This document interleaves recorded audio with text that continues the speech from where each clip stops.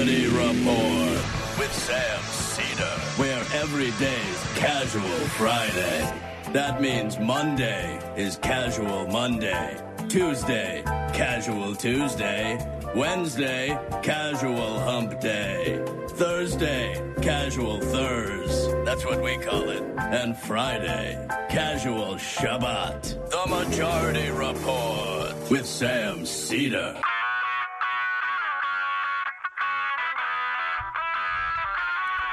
It is Friday, November 2nd, 2018. My name is Sam Cedar. This is the 5-time award-winning Majority Report. We are broadcasting live steps from the industrially ravaged Gowanus Canal in the heartland of America, downtown Brooklyn, USA. It's Casual Friday, folks. Nothing casual about this week. I may be wearing a soft-collared shirt, but you got to get out there and get your friends, and maybe even just this week, reach out to your enemies and get them to vote.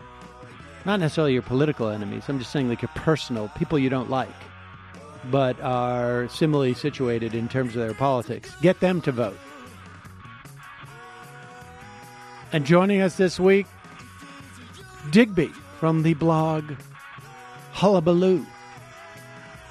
Also on the program today, Andy Kindler from andykindler.com and Mind Spiral and Thought Spiral. Thought Spiral. The witches of Waverly Place. I can't remember that show, but I saw him on it when Milo was a kid. Also on the program today, with midterm days away, will Trump's racism, xenophobia, and anti-immigrant pitch carry the day? Another way of putting that is just how racist are the Republicans. Meanwhile, right-wing attempt to smear Robert Mueller fails catastrophically. And has Mueller already subpoenaed Donald Trump?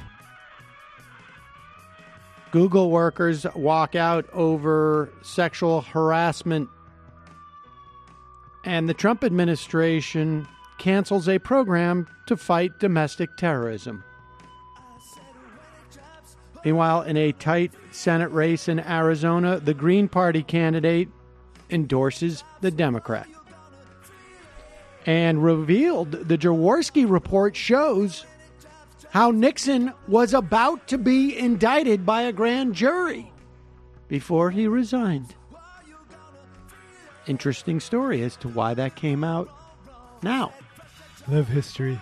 Fed says reduced immigration could slow the U.S. economy, and a George W. Bush-appointed federal judge allows the continuance of the North Dakota Native American vote disenfranchisement campaign. All this and more on today's program, ladies and gentlemen.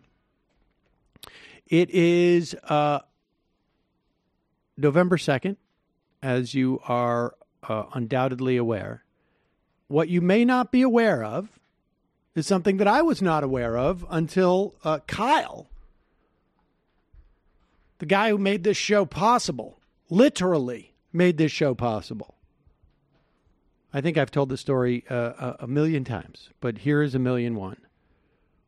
I was at Netroots Nation. It must have been the summer of 2010. After Air America imploded in the fall of 2009, Marin had launched WTF, I think. And I was trying to figure out what I was going to do. I was thinking about going back into show business, but I couldn't swallow pitching another dumb sitcom. And the last one I had pitched, CBS, they said they were going to buy it. They were going to make a, not a full pilot, but what do they call it? Presentations, or a half pilot, which I would have directed, written, and then the writer's strike hit.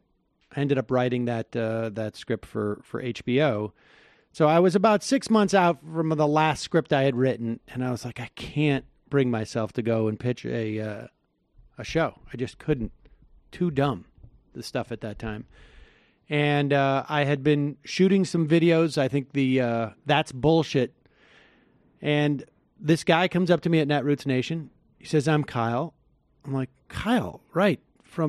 I remember you used to IM us. And he was the one who also had reserved AdNags, which became the secret blog of Adam Nagorny in 2004, which I and a couple other folks, I think Kyle maybe a little bit as well, populated as a way of tormenting him back when blogs were something that were, magical. And we made this blog as if Nagorny thought it was his own private blog that he was just writing to his fellow reporters. And it was a little bit catty.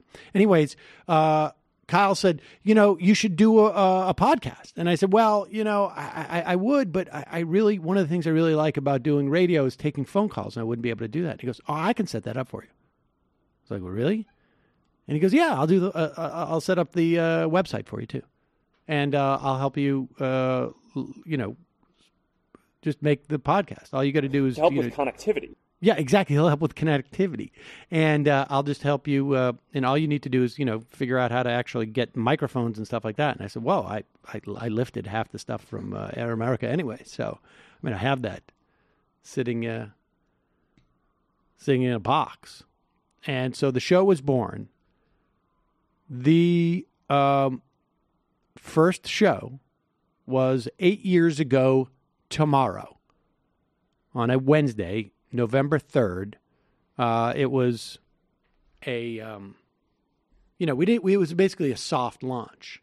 I don't think even in the show description I'm looking at now, this was the show description to the Majority Report with Sam Cedar on Wednesday, November 3rd, 2010. Now, of course, I had been doing this. The first Majority Report was in February sometime in 2003 on The Best Show with Tom Sharpling, who tweeted out something really disgusting today about Andy Kindler's appearance. But we'll talk about that later.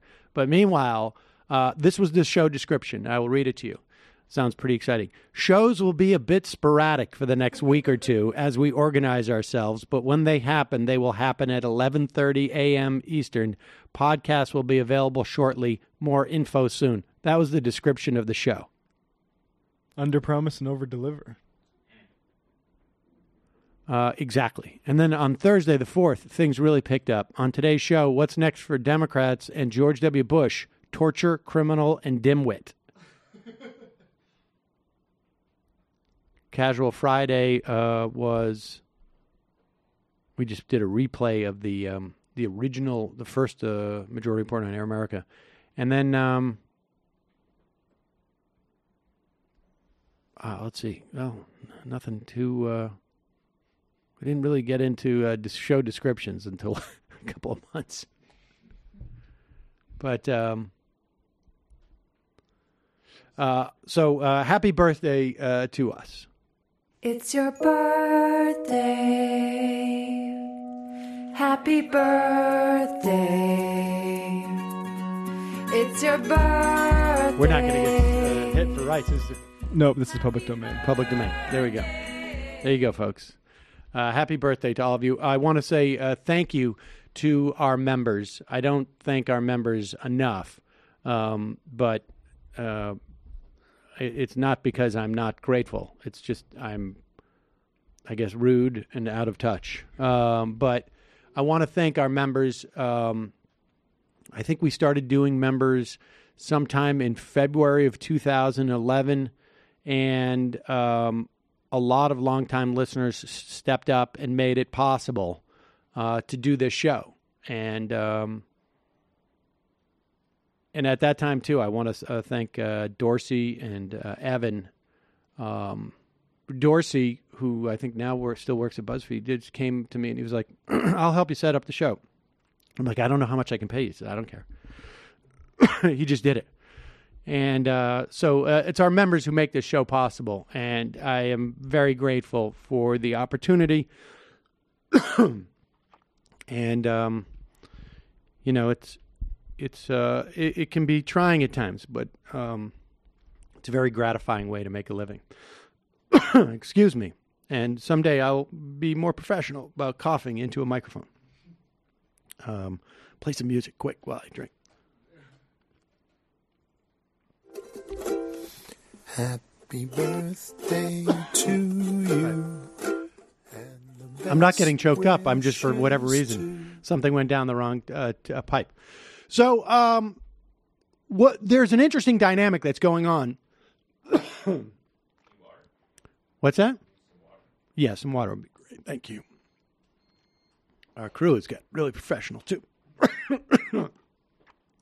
There's an interesting dynamic that is going on with this election. Excuse me. And that is, how much is racism going to sell across the board? And we'll talk more about this with Digby. But here is a student going and challenging the Mike Pence, not Mike Pence, excuse me, could have been Mike Pence, but Steve King, the Iowa congressman, who has basically run on and been a lightning rod for white nationalism in this country. And he has gotten more explicit over the past couple of years, I think. And, of course, he feels more comfortable doing so now in the age of Trump because Donald Trump is a white nationalist. And so here a student goes and asks Steve King at, I guess I'm not exactly sure if this was a press conference or a candidate forum. A candidate forum. Steve King could see this guy walking in. He was wearing flannel. How do you distinguish yourself from the white nationalists who shot up this synagogue in Pittsburgh, killed 11 people because he was afraid of the immigrant hordes who were being, who were about to invade this country, being prodded on by the Jews? How do you distinguish yourself, your ideology from his? I mean, it's quite evident that Steve King has not shot up a temple full of Jews. He's a congressman. But how do you distinguish your ideology, he's asked. And I guess Steve King didn't feel comfortable answering the question. And the terrorist who committed this crime, he was quoted as saying, "They bring invaders in that kill our people. I can't sit back and watch our people get slaughtered." You, Steve King, have been quoted as saying, "We can't restore our civilization with other people's babies." You and the shooter both share an ideology that is fundamentally anti-immigration. Do not associate me with that shooter. I knew you were an ambusher when you walked in the room, but there's no basis for that, and you get no question, you get no answer. I was about to ask you what distinguishes your ideology. We don't play these games here in Iowa. I was about to ask you what distinguishes your ideology. You crossed the line. It's not tolerable to accuse me to be associated with a guy that shot 11 people in Pittsburgh.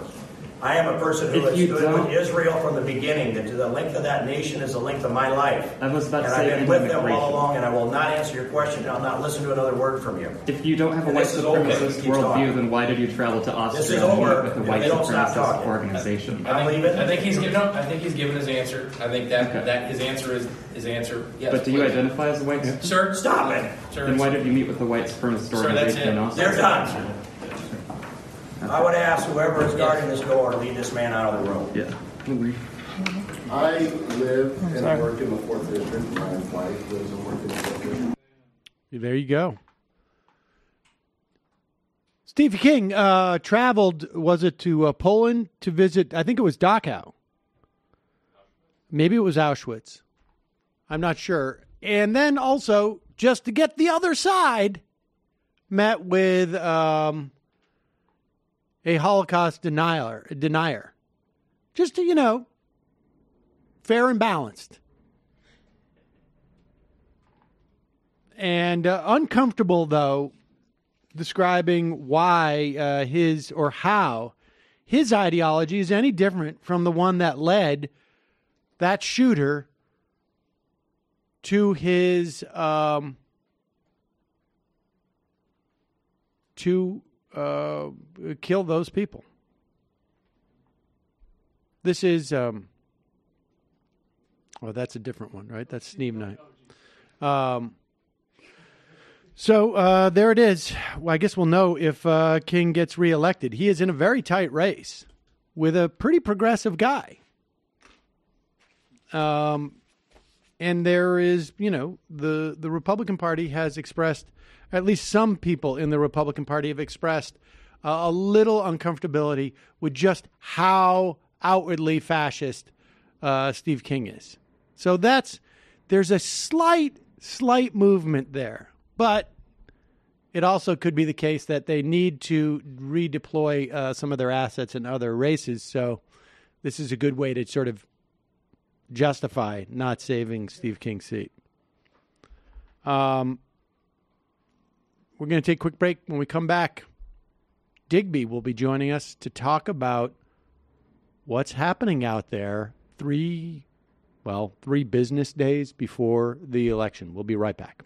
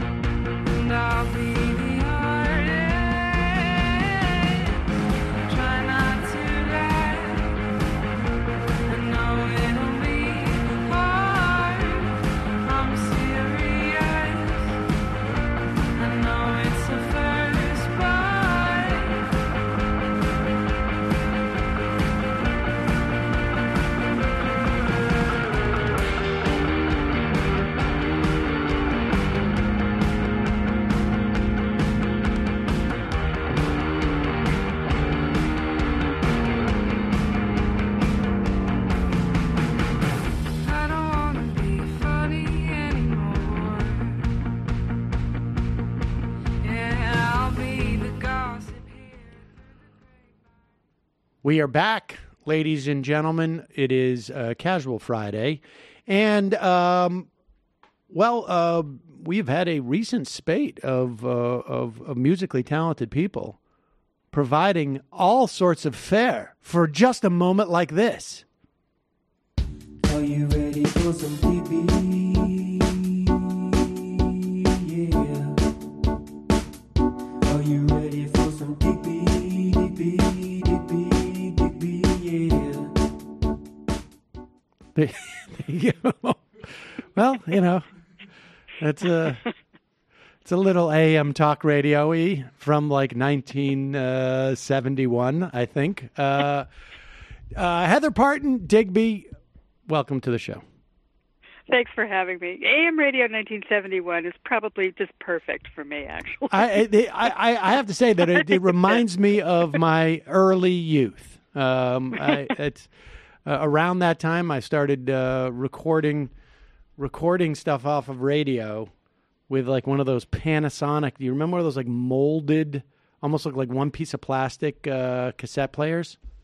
Oh, yeah. I think I had one of those, actually. Yeah, all the Because cool kids cassettes did. were kind of cool, right? I mean, Yeah, they of course. were the big new thing. I mean, that was exciting. Small, you know. No more We were all- 8-tracks. Yeah. Oh, well. You know what? I never had an 8-track. And I have to say, I mean, I am of the age that should have, but, you know, I was too cool for that. I went directly from vinyl to cassettes. That's how forward-thinking I was. All right. Well, okay, that's pretty impressive. All right, let's get to. I mean, I think my folks had the 8-tracks. I probably just went to cassettes too.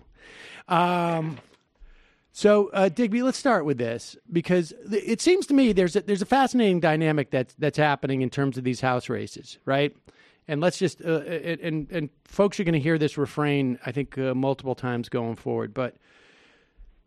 The Democrats need 23 seats. There are, you know, and my numbers are a little bit loosey-goosey here, but about 15 of these seats or so are, you know, districts that Clinton won, but, you know, suburban Republican voters on some level or with a propensity to vote Republican. They have a Republican congressperson, and those are races that seem to be more of a lock for the Democrat. Lock may be too strong of a word, but certainly Democrats up. And then there's like another 24, maybe even more, 30 seats that are, you know, it's nobody can call. It's too close.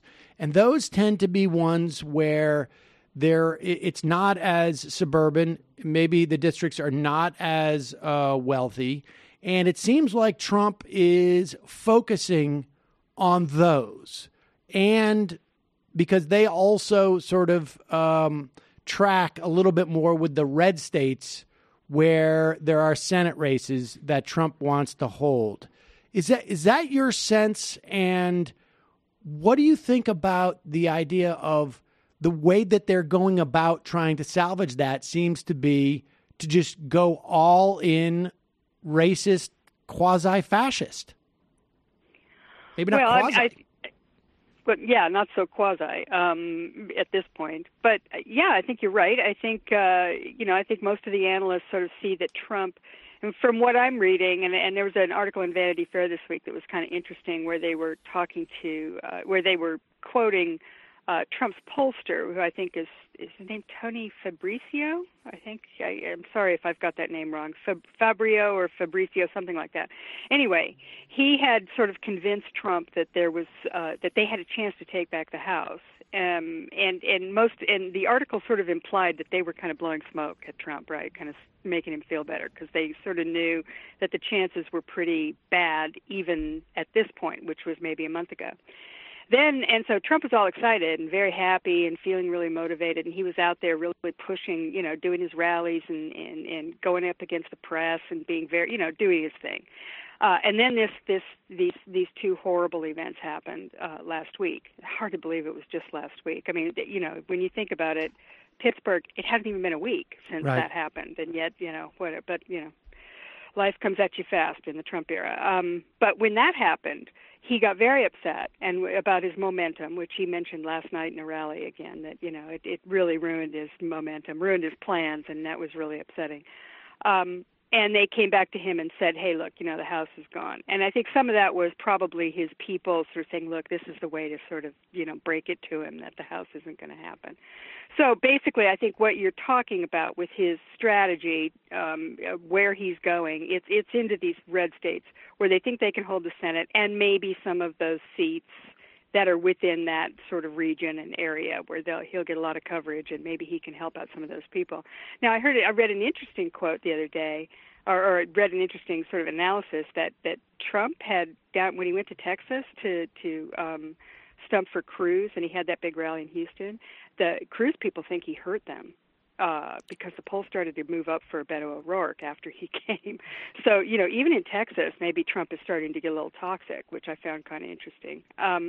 But, he's doing his thing. I mean, he's going out there, and yes, his strategy entirely is to just double down as hardcore as he can on the anti-immigrant, xenophobic, anti-media, every kind of harsh, ugly, sort of strategy that he thinks got him where he is. I mean, he said that in this interview with Axios, which I guess is going to premiere this weekend on HBO. They published some excerpts from it, and he just said, well, this is what people want from me, and it's my only way of fighting back. This is why I won. And I think that says it all for him. I mean, I think that's the, he just has a very, very limited sort of understanding of politics. And it's, I won because, I'm a nasty bastard and I fight back, and, everybody hates the media. And it doesn't really get any more complicated than that. The problem is that, Trump had you hate to say it's an opportunity, but there was a moment that he could have potentially reached out to some of those suburban voters that you were talking about at first, the people who they think are probably gone, and some of these people who, may have been in, districts that Hillary won, or maybe some of these, white suburban women who have been Republicans their whole lives, but now they're voting Democratic. They say they are in this election.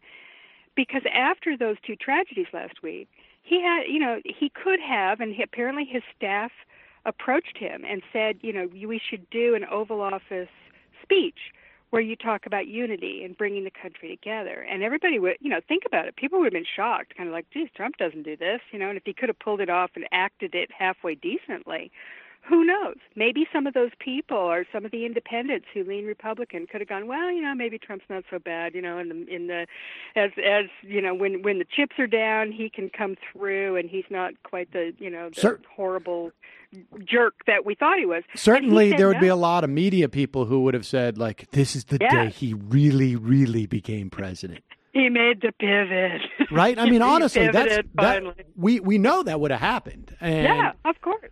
I mean, he's just... Of course, they yearn for it. He's not constitutionally capable of it. No. And I wonder... I mean, here's the thing. I don't know that he's wrong.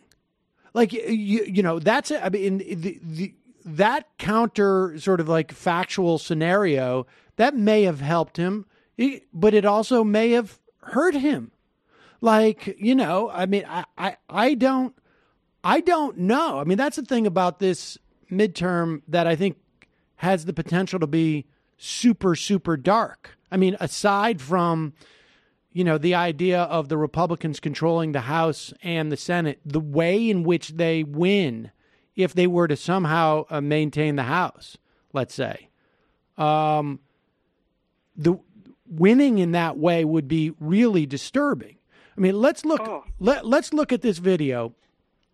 And clearly, Trump is all in on this strategy of basically of like a sadistic, I promise you, I will be the guy to oversee the U.S. government shooting, snipers on some type of imaginary wall, shooting would-be asylum seekers, as they try and come approaching the wall. I mean, this is basically what he's going on and doing.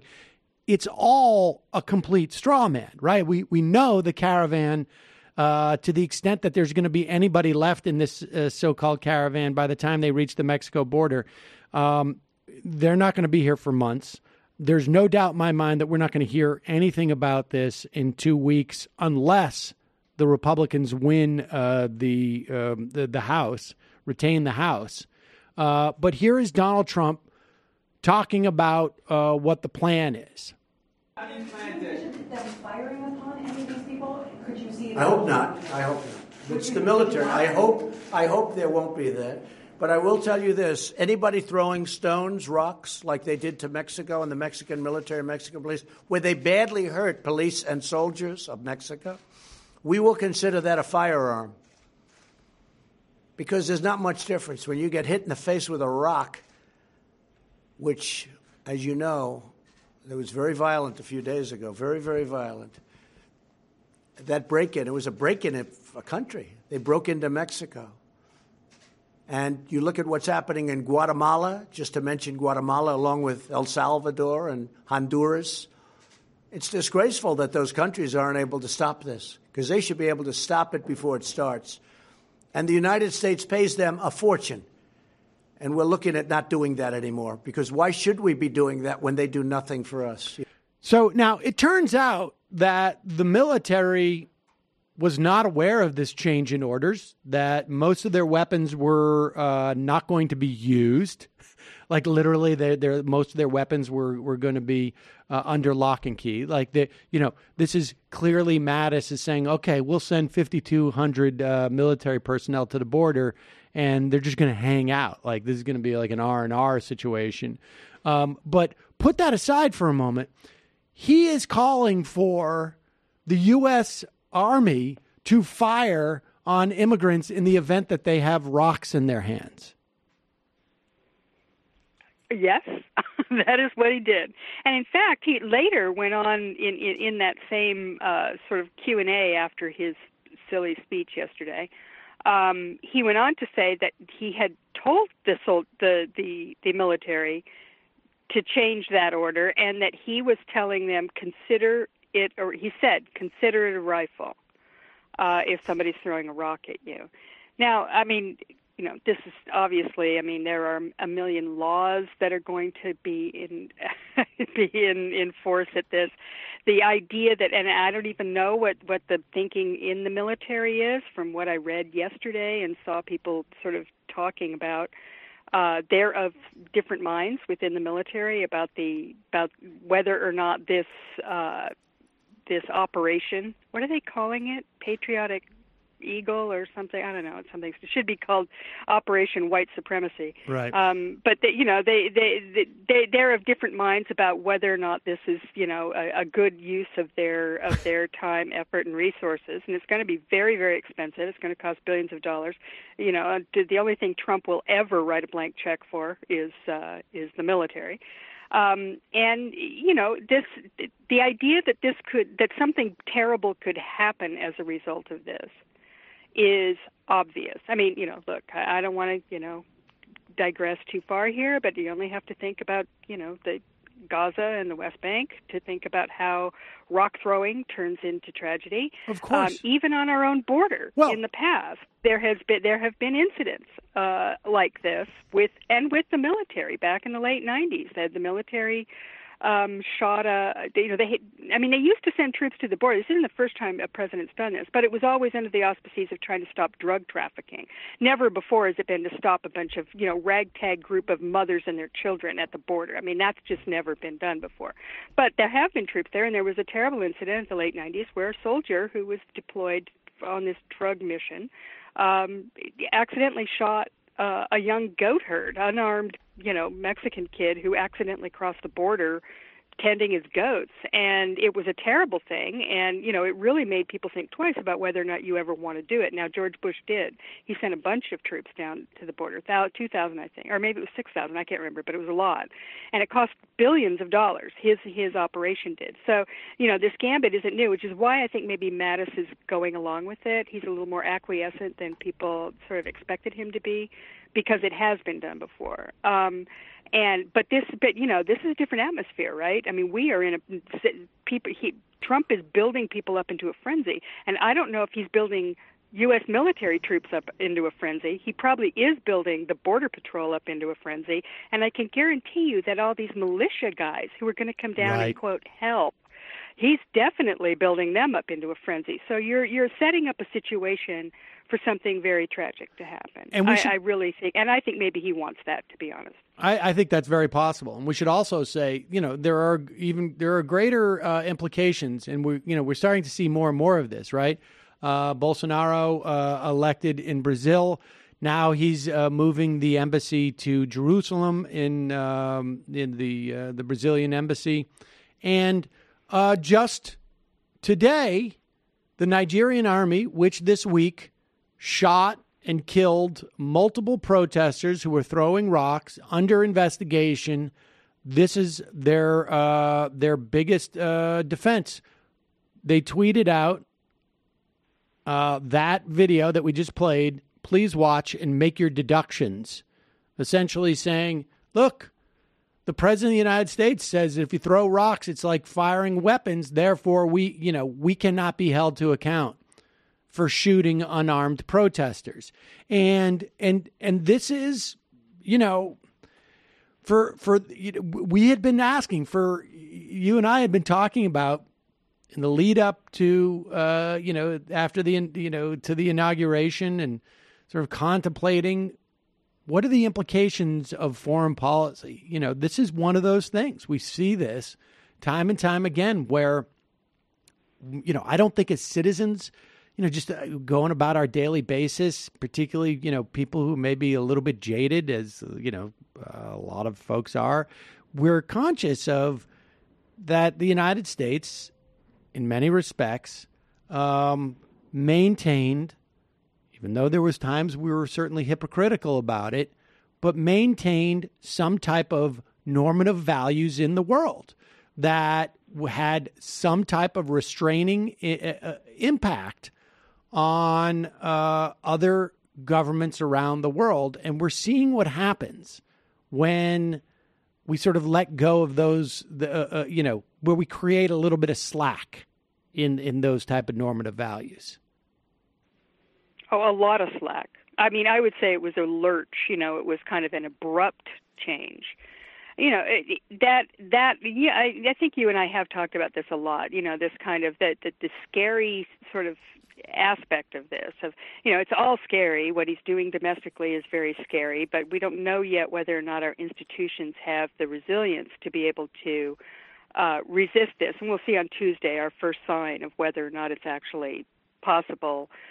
Because the Republican Party, of course, is, they've proved that they are not going to be part of that. They're not, that institution is dead, so we can't really count on them. But maybe the vote will do something anyway to give us hope that we can bring that back. But on an international level, we just do not know what the result and the consequences of this man being president is going to be. It's very, very up in the air. It's unknown, and that is a very scary thing, because as much as we thought, many of us have said for years that, hey, the U.S. being the policeman of the world is not a good position to be in. Being the world's only superpower, blah, blah, blah, that this is, it's putting the country in an immoral position. It empowers, all kinds of terrible consequences around the world. But you don't pair that up with nothing to replace it. I mean, the idea was always, okay, we need to create new institutions. We've got to find new alliances. We've got to build on, some kind of global understanding. You can't just walk away. And that's basically what Trump has done. And not only has he walked away in terms of, giving any kind of respect toward the international order that had been built after World War II, but, he's also just sort of joined the petty tyrant club. He might as well be Duterte, or I think he's going to be a lot like Bolsonaro. I mean, these are the kinds of ugly, petty sort of international relations that lead to wars. I mean, that's the sort of thing that he's doing. And, we have to keep our eyes on that all the time, because we don't know where the chips are going to fall with that. It's very, very dangerous. And here we have him, modeling for the rest of the world, the United States of America, doing things like, saying the new rules of engagement are to shoot at rock throwers. And we're seeing the results instantly in a place like Nigeria. I mean, this is really sounding extremely dangerous. It's one reason why, the Congress, they can't do a lot, but they do have a voice. And if we do manage to take back the House, and, I guess there's a long shot that they might take the Senate, unlikely, but you never know, that suddenly there's another force within the United States that can be, use its voice to somehow project out to the world, hey, look, this guy does not have unlimited power. He doesn't, or he shouldn't, but under the Republicans, of course, he has. There's been zero oversight, and if anything, they've been working as his accomplices in the Congress. I'm not as... I'm not as well. Look, I think it's obviously a Democratic Congress mitigates what Trump does, but in terms of the message sent to the rest of the world, I'm not sure you get that. I don't think there's any takesies backsies on this one. Do you know what I mean? I think like the message to the world is, I just don't know that we ever regain that type of, even the illusion of that type of moral authority. I don't want to overstate, I say that with all the caveats that are involved in that, right? But it just makes it a harder argument for, there's a reason why bin Salman is really going to just be okay in Saudi Arabia in, another 3 or 4 weeks. There's a reason why the business class in Brazil didn't feel too bad about electing an out-and-out fascist. The Nigerian military, they're all getting their justification, and we should also say there's also like domestically, right? Like this stuff, we're watching it with our own eyes. There, all the data points are that there is more racism, hate groups are acting out. Maybe there aren't more racists, but there are more who are crossing the threshold and out of the shadows, as it were. And I don't know how you put that back in the bottle. Like a society can do that, I think, over time, in terms of those racists and xenophobes, if things turn over the next couple of years. But in terms of the rest of the world, like I think once you sort of step down as that, providing that normative value, it seems to me very hard to sort of regain it. You know what I mean? Yeah, I mean, the most we can hope for, really, I totally agree with you on that. Things that, I hate to say this because it's scary, but, it's not, it shouldn't be too scary, is that things are never going to be the same, okay? I mean, this changed, this was it. And it had been happening for a long time, right? I mean, our democracy's been in trouble for, at least 30 years, probably longer. Our institutions have been, corrupted. I mean, we know all that. We've been watching this happen through our lifetime, that something was wrong, we knew, and this is just sort of the zenith of that, and we're seeing it happen. But that doesn't mean that it necessarily has to be a completely negative, horrific Mad Max replacement, right? I mean, there theoretically could be some kind of new world order put in place that, could actually be better and be better for the United States. I mean, the United States should not, after this much time, after the war, it made sense for the United States to sort of bear the burden and be the single power that sort of kept the world on an even keel. But that made no sense after a certain time, and certainly after the Soviet Union broke up. So, it's fair to say that something new should be in place, and it's not impossible to believe that something new can be built that is actually good and better than what we had before. But there's no guarantee of that. And with Donald Trump in office, it's impossible to believe because he's an incompetent imbecile who is, driven by a bunch of primitive emotions, and that's about it. So it's not going to happen with him. And the way that the world looks with these, with these people in power. I mean, you've got Putin, you've got Xi, look what's happening in Europe. I mean, that is not a good sign. You've got Bolsonaro here, and you've got us, and this is, this is a bad sign. These are very powerful countries that are all kind of going in the wrong direction. So, I don't mean to sound like, kumbaya, that, oh gosh, everything is fine, but it's theoretically possible. But the problem is that the United States is an economic and military powerhouse. It's the one. It's got the the biggest military in the world. We spend more on our military than all the other countries combined.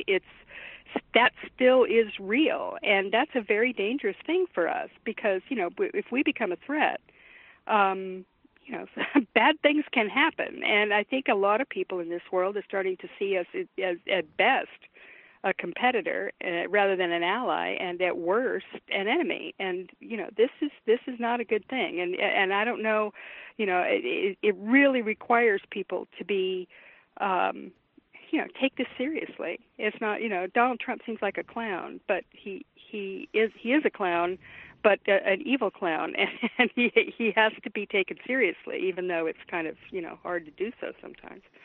All right. Well, let's pivot to just how seriously people are going to take things in 5 or 6 days. I mean, the midterm elections, obviously, there's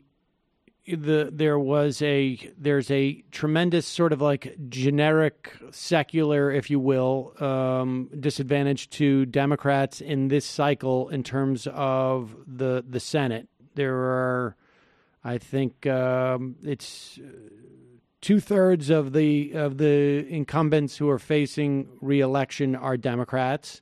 So the Democrats had far more to defend. A lot of the races, though, in terms of the Senate, are not, we go back 2 years ago. We talk about people who we think could have problems, right? Like Sherrod Brown or, Tammy Baldwin in Wisconsin.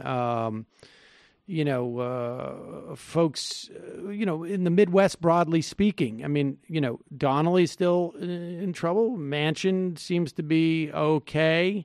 Heidi Heitkamp, obviously, having some problems. But sort of the solid Democrats in the Midwest, in states that are sort of purpley states, that people thought might be problematic, are not. I don't know what that tells us about their candidacies as much as it might tell us about the states or people, being disaffected with Donald Trump. But there's definitively a hardening, it seems to me, of people's positions, right? Because Trump wouldn't feel like he could go out and do this. He thinks he's strengthening himself, at least in terms of the Senate, right, by doing this, or at the very least hardening the ramparts, or, I guess, fortifying the Alamo, as it were. And I mean, by all appearances, it's gonna work. Brett Kavanaugh did not hurt them. It seems to have helped on some level, at least in the red states. Well, I don't think there's any doubt that, if you look at the polling and even Donald Trump's approval rating, I mean, he's really strange that way. Most presidents have some play in their approval rating depending on what's going on, and his has been very, very narrow. I mean, the only good part about that is that he starts out very low for a president, right around 40%, and it just stays there. So that says to me that, his base of support is pretty solid. I mean, it really is. But as somebody pointed out, I think maybe it was James Fallows from The Atlantic, that, Herbert Hoover got 40% in 1932 in the depth of the Depression.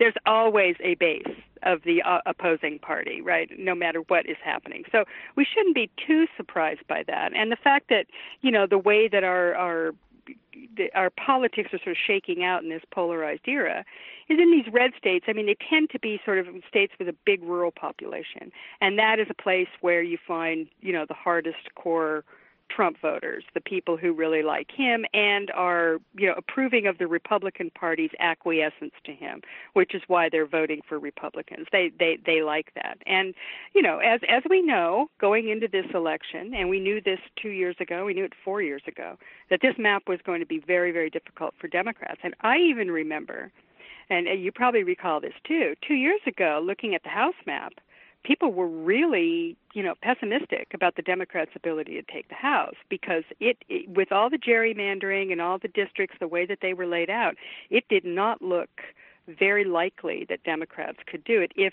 the Republican, president was able to, hold on to at least a few of his coattails. And the Senate, of course, was just considered a write-off. There was never any change. What are we talking about? Let's forget that. We weren't just going to, the Democrats weren't just going to not gain any seats. They were going to lose a bunch of seats, as you just pointed out. And that would have included somebody like Sherrod Brown or Tammy Baldwin after 2016, because you would have thought that was Trump country.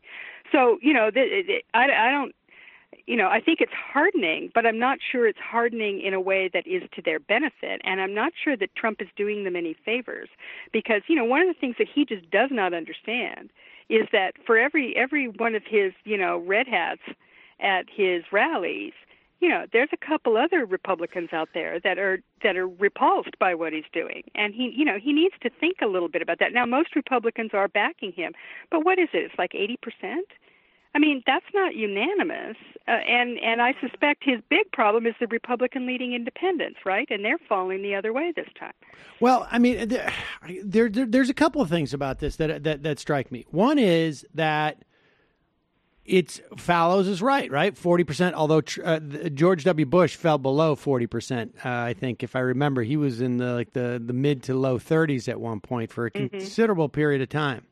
It suggests to me a couple of things. One, Donald Trump might be sui generis in terms of the threat that he constitutes in terms of like our status around the world or our ability to get into a sort of knee-jerk, horrible conflict. But fundamentally, he is aligned with the Republican Party. Like, he is not distinct from Republicans in any shape or matter. I mean, it appears to me, right? Because he's doing quite well in the most Republican of areas. I mean, we talk about his national approval rating is going up, inching up a little bit, but in some states, like, he's well above 50% because they are Republican-dominated states. On top of which, I mean, the other thing that occurs to me about this is that those Republican suburban voters who are abandoning him or supposedly abandoning him, they've got their tax cuts, right? And there's a couple of social things that they say, hey, I think this has gone too far. But I wonder how, obviously we need those voters for the midterms. And I hope, though, that Democrats and, Nancy Pelosi has an agenda that is, for Congress that I didn't. Maybe it's in there. I didn't see voting rights. There's not the things on the agenda are not those things that should edify Democratic power to the extent that there is Democratic power. Now, obviously, they can't pass anything if there's a Republican Senate. But, you're setting the table. There's a reason why you do these things. They should be edifying Democratic power within the Democratic base, right? Like, ensure voting rights. Let's try and help out unions. And I worry that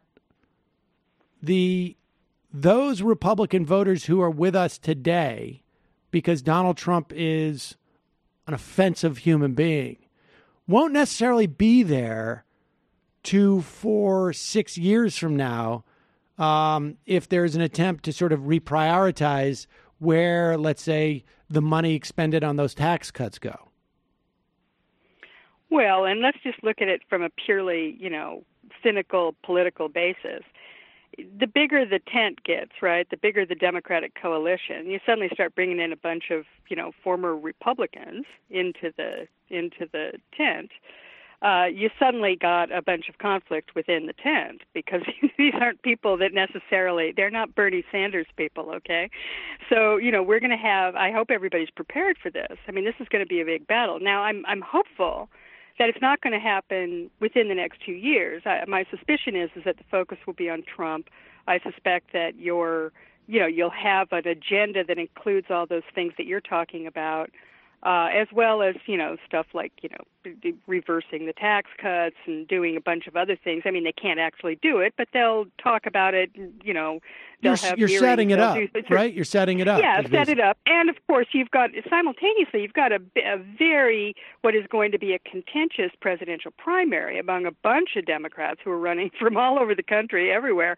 And that's all going to be sorted out, and it's going to be very public, and we're going to have that argument going into the presidential race. But I think that people will be focused for 2 years on defeating Donald Trump in 2020, and that will probably, somehow sort of tamp down whatever, true disagreements exist on a sort of vitriolic level. I'm hopeful anyway, because I think it's probably better. I think we should have the argument, but I think it should be pretty, hopefully it will be something that's kind of, civil and understandable, and there's not a lot of hard feelings this time. And Donald Trump, I think, will tend to focus the mind better than anything else. But this is going to happen. I mean, when you bring in a bunch of Republicans into the Democratic Party, there's going to be a bunch of there's going to be definite pressure to adhere to take on more conservative policies. Right. They're more conservative people, right? I mean,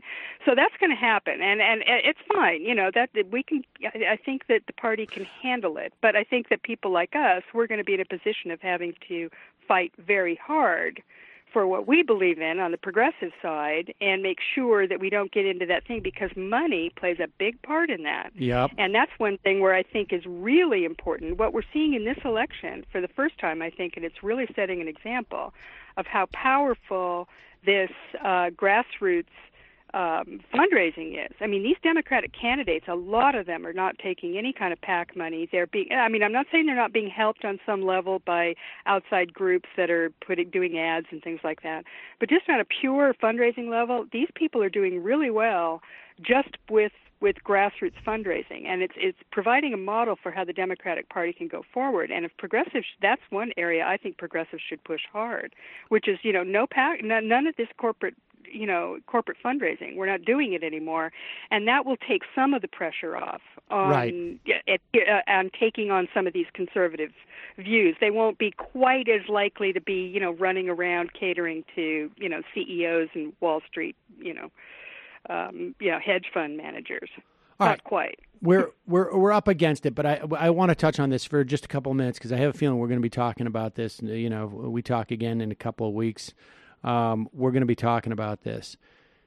The other day, Benjamin Wittes, another guy from Lawfare, another guy, Bates, who was on the Ken Starr investigation, they were responsible for a FOIA request. Maybe it was a FOIA request, I'm not exactly sure, where some archives were released. They were from the Nixon era. And these archives, it was the Watergate roadmap. It was notes from Leon Jaworski, I think. And it was Jack Goldsmith and Benjamin Wittes. Those are, and Stephen Bates. And the U.S. Archives released these court documents that show a federal grand jury in February of 1974 was prepared to indict Richard Nixon. Talks about the subpoenas, talks about the draft of the indictment, and there was a roadmap that was developed. Part of it was with the help of Archibald Cox, who at that point had been fired by Nixon. Part of it was by Jaworski, and part of it was written by the judge who was overseeing this stuff. And all this stuff had basically been put away, archived. And these guys worked, they petitioned for the documents to be released. Now, I don't know why they were released now, right? As opposed to this is a weird time, a couple of days before the election. But everybody anticipates Jeff Sessions to be fired, after the election, and maybe other things happening. There's another piece out there that suggests that maybe Mueller has already issued a subpoena to Trump. I think you told me before we got on that Marcy Wheeler, and I neglected to read Marcy before coming on the air today, which is always a huge mistake. But that Marcy Wheeler is not as convinced. But nevertheless, I have a real sense that in the next 6 weeks, as we get closer to Christmas and the New Year, there's going to be a lot of like civic activity that is going to have to take place, right? I mean, do you have that sense too? Yes, it sure feels that way. I mean, there's a lot of news starting to trickle out about Roger Stone and that whole side of it. Steve Bannon was called back into the grand jury. But as for the Nixon thing, just to briefly touch on that, that was really fascinating because what that document had been handed over to Congress at the time, and that was the basis that they used for their impeachment. What's the word I'm looking for? Impeachment document. And the articles of impeachment. The articles of impeachment, right? That had been used for that, and it had been kept secret this whole time. I mean, nobody from they wanted it to be secret. They kept it secret. It was grand jury stuff, right? I mean, you don't normally. I mean, that is the way it's supposed to work. The grand jury stuff is not supposed to be public. Ken Starr didn't care about that. He actually put Bill Clinton's grand jury testimony on television, right? Or actually Newt Gingrich did that. But regardless, and normal people, they have respect for the secrecy of the grand jury. And this is very interesting. And what Wittes and company say is that what this does is provide a roadmap for Robert Mueller, which is very different than the Starr report, which I think is what people are kind of expecting to come out, that it's going to be some narrative, with it, like Ken Starr's bodice-ripping romance novel that he wrote. But that's not what this is. This is just the facts, ma'am. It's very, very, Jack Webb. It's just very laid out. The grand jury, they laid it out point by point by point. And the simplicity of it is what impressed all the legal beagles who looked at this and went, whoa, this is devastating on a legal basis. And they didn't make any conclusions. They didn't say, look, this is what we think is impeachable. This isn't, blah, blah, blah. They didn't say anything like the Ken Starr report. It was just, these are the crimes that we think are indictable, and we would indict him if he were not president. I mean, that's basically because Jaworski had convinced that many of the grand jury, apparently, majority of the grand jury, wanted to indict the president. They felt there was evidence there, and Jaworski convinced them to call him an unindicted co-conspirator instead, which is devastating enough for a president, and that's really what put him over the edge. And made it necessary for him to resign. But, this is a pretty amazing document. I sort of, I'm not a lawyer, so, looking at it, I couldn't really tell how devastating the actual legal implications are. But just the volume of it, it's like 52 pages, very spare, but it's one thing after another. And many of them are things that we are aware of. Most of them are, of what Nixon's crimes were. But when you see it laid out in that sort of a legal document, it's like, wow, and if Mueller has something like that in mind for what's going to happen, I think this could be, it could be a real shocker. It seems to me, though, the argument, what we're seeing is lobbying that is taking place in the legal community for the legitimacy of something like this, right? And so the idea is in the minds of these people, right, who are not necessarily my favorite people anyways, but in this instance, they're carrying a fairly important flag. I think that the idea is they're putting pressure. It seems to me, right? Like they're putting this is like an audience of like one or two, right? Like they're putting pressure.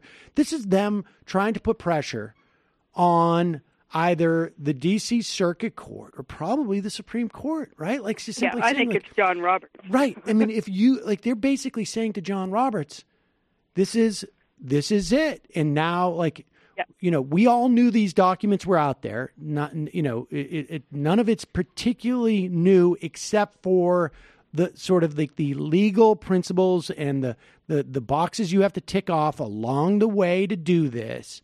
And John Roberts, you should be aware that history is now aware of this. So you're going to be going against history, against what happened last time to a Republican president, in a much less not a partisan era. And if you do this, understand, I don't know, I remember some after school special or something on the signing of the Constitution, or maybe it was the Declaration of Independence. I mean, it was really, stuff for kids, but there was one guy, I can't remember if he was from Maryland or what, at the time, the representative, where he was like, do you really want to be the guy known for throughout it, who was the one who who didn't sign, because that's who you be. And on some level, this is like the legal establishment saying to John Roberts, here's your bar. Are you going to, you can lean on precedent, or you can be the radical who down the road in American history, you're the one who let Donald Trump get off of this. I mean, this is going to be. Are you going to be a hero or a villain? I mean, I think that's pretty simple stuff. And I think that one of the things that one of the people who came out was George Conway, Kellyanne Conway's husband. He wrote an op-ed with Neil Katyal, who is a Democrat, although he's very sort of centrist and weird, but nonetheless. They wrote an op-ed, sort of, defending Mueller on this basis as well. This is, I think this is big, and I think it's meaningful. And you bring up the timing, and I think it was the circuit court judge, wasn't it Howell, who actually ruled that these had to be released right now. I mean, I think you're right that it feels as though the legal establishment itself is kind of, they're sending out signal after signal after signal that somehow or another, this is important, and if you want to preserve the justice system, the country, any form of legitimacy and credibility with this institution of our judicial system, you better take this seriously. And I think that, I'm sure that Mueller and his people are reading it and, trying to figure out whatever their strategy is going forward. I mean, Marcy Wheeler has always said that, that maybe Mueller wouldn't even write a report, that basically what he would do is he was going to indict people and lay out the case much as this case was laid out against Richard Nixon in this thing, just in pure, legal terms. No editorializing whatsoever about the meaning of it or anything else like Ken Starr did. Or basically, it was actually Brett Kavanaugh was one of the authors of the Starr Report, so, we know where he stands. But, I think this is a very interesting development. And like you, I also believe that the minute that the election is over, that we're going to start seeing some major activity on this front. And I think it's going to be very turbulent because, I don't think any of us really know, the depth of Mueller's evidence and where he's going with this. I mean, there are lots of little clues, but I don't think we really know. So it could be very, very interesting over the next couple months. Well, Digby, I'm sure we'll be talking more about this in the future. Thanks so much for your time today. Oh, you bet. Oh, thanks. Everybody vote on Tuesday for sure. Yes. All right. Thanks, Digby. All right, folks. Bye. We're going to take a quick break. Head into the Kindler Zone. Andy Kindler will be joining us in just a sec.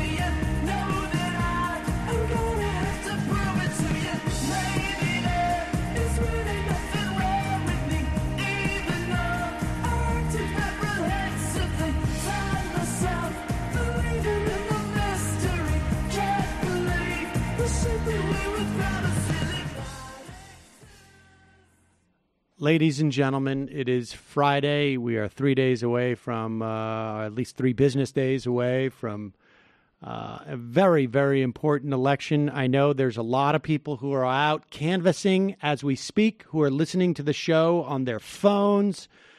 And we have given them more reason to continue their hard work as they go about trying to make sure that their neighbors and people in their community vote.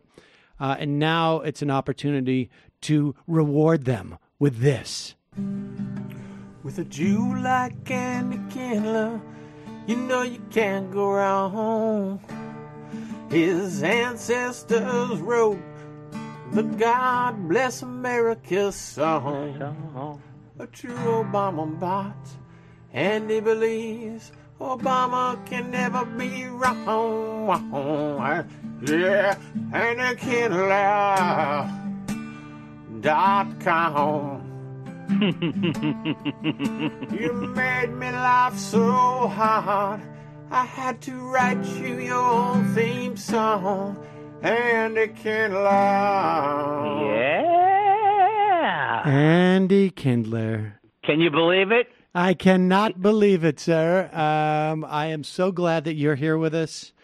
How are you, Andy? I should tell you I'm that... doing good. I don't know what you've heard. Okay, I'm not going to be funny, I can tell. I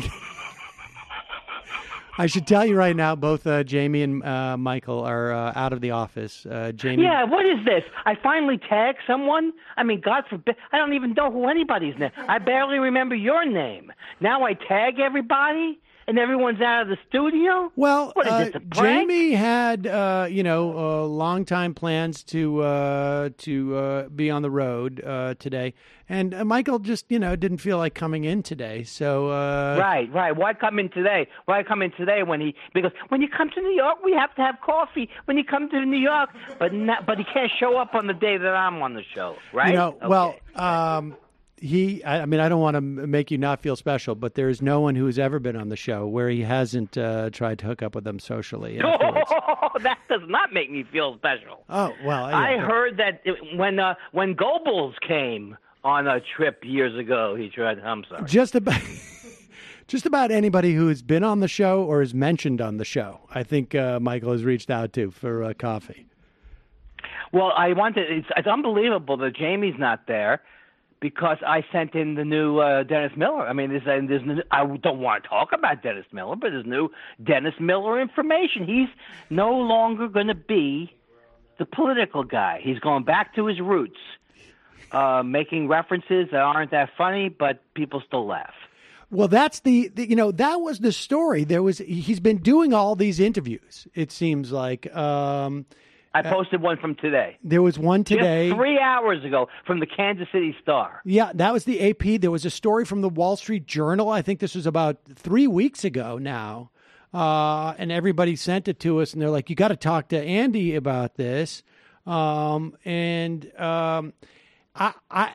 noticed that right after he had done that, after he had given that interview in the Wall Street Journal, I think it was, he's still tweeting things. In that interview, Dennis Miller plans politics break after fake news special, which, of course, why wouldn't you break from politics now? Because there's not much going on.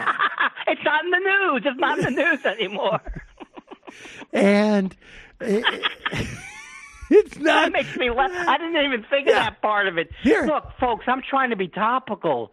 Nobody wants to hear about the world blowing up now. Click I'm trying that. to be topical. Click that real. Okay, so here it is. This was a story that was back here. Send it to me because I'll be able to open it up. But the headline is: After years on the right, Dennis Miller wants to find comedy's middle ground.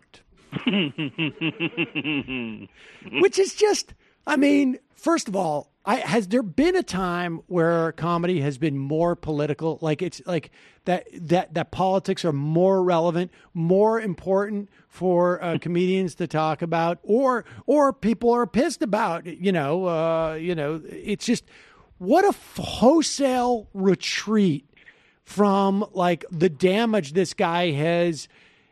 I don't know if you can say that he's done or contributed to, but certainly tried to contribute to in this country. Yeah, and he's a rich guy. He's a guy. He's got his finger on the pulse of what's happening in society from his mansion up in Santa Barbara, where he hides from everybody. And he says in that the interview that's released, like he's socially liberal, but fiscally conservative, which is the dumbest dodge. Like, this is something that could actually fly. I feel like, maybe you could get away with that like 15, 20 years ago. But that's such a joke now. Everybody knows that.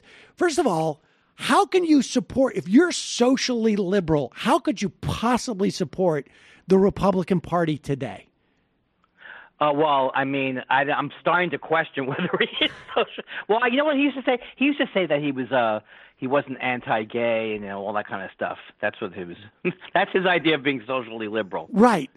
Like, I don't have views from the 1950s, and I also believe that it shouldn't be illegal for white people and black people to marry.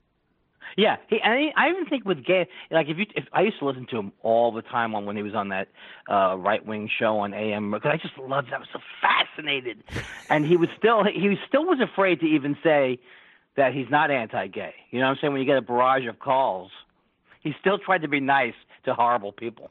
Well, and he also doesn't seem to have, he seems to have still a problem with like maybe immigrants. Let's play this is his special. And I got to say, like, this is from that Wall Street Journal piece.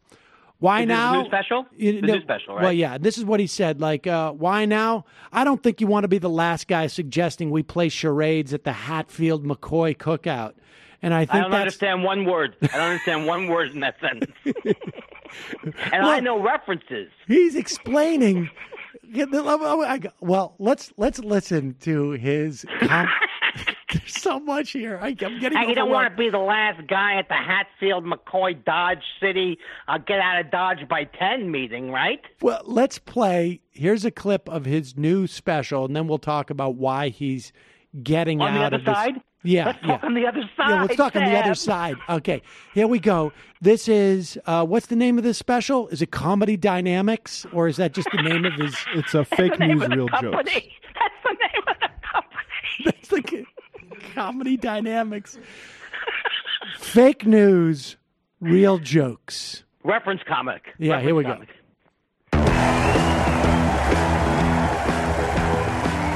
I think social media has allowed us to all come together as one and realize there was really no reason whatsoever for us to all come together as one. I have an idea for a reality show about hoarders with impeccable taste. Quite frankly, they shouldn't throw anything out.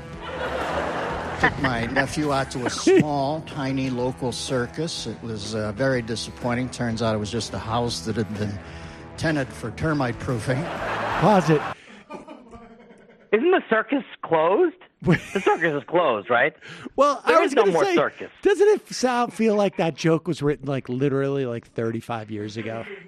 Yeah, I went to a flea circus, and I didn't know there were that many fleas that could do a backflip. Boom, boom, boom, boom, boom, boom. Don't you get this sense that Mueller was sitting in his study in a big leather chair, and he says to his probably poorly paid intern who is using to assemble, like he goes like, Kevin, go down into the basement, go to the file cabinet, pull out all the stuff from the file cabinet that Eddie Driscoll wrote for me in 1989.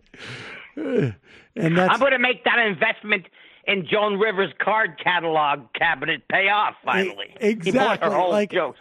Let's pull out the old ones. Who gives a crap? I'm too tired for this shit. And go ahead. Let's. Proofing. Can we make it as hard to get into our country as it is to get off your plane when it arrives early at the terminal? That's a good one, right? Like, pause it. Yeah. Like, there it is. Fake news. I like that they put fake news up after that because now I know you shouldn't hold him to any type of standard about truth, but that's what he says he's up there, right? I'm truth telling. And the fact is, it's very difficult to get into the country legally or without documentation. I mean, no matter what. And but he's socially liberal. Yeah, as horrible as it is about people getting into the country, it's like he knows these people are going crazy about the idea of keeping brown people out of the country. They love that part of his act. Who's ever coming to see him? But now let me put that aside now, and let me talk about do my Copernicus material. Exactly. I brought out the airplane stuff, but I wanted to make it sound racist too. So here it is. He's feeding. Can you believe that he lies so much? He feeds right into their fears. It's easier to get into this country than it is to log on to America. I mean, he's Donald Trump with a lot more sort of glibness, cleverness, and a past where he exhibited some modicum of talent. But at the end of the day, the messaging is exactly the same. Here, continue. Is there more? Fake news. You can't trust journalists. You can't trust the New York Times. You're better off trusting the odometer readings in the Auto Trader, for God's sakes. Pause it. People don't really use the Auto Trader anymore. Is that a metaphor? Sam? Do they still have the Auto Trader? It's like he still imagines people are buying this stuff from their local Piggly Wigglies instead of looking online. But let's see where you might as well go to the Penny Saver from 1973 and try and buy a chest of drawers. Yeah, are you still looking in the classified? Oh, wait a second.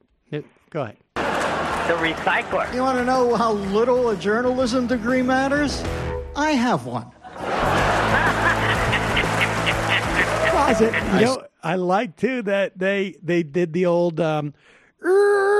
thing by stopping the music. Watch this. Here we go. Yeah. They punch it. Ready? Trader, for God's sakes. You want to know how little a journalism degree matters? I have one. I see Trump's obvious downside. I think we all do. I think he was born in Kenya.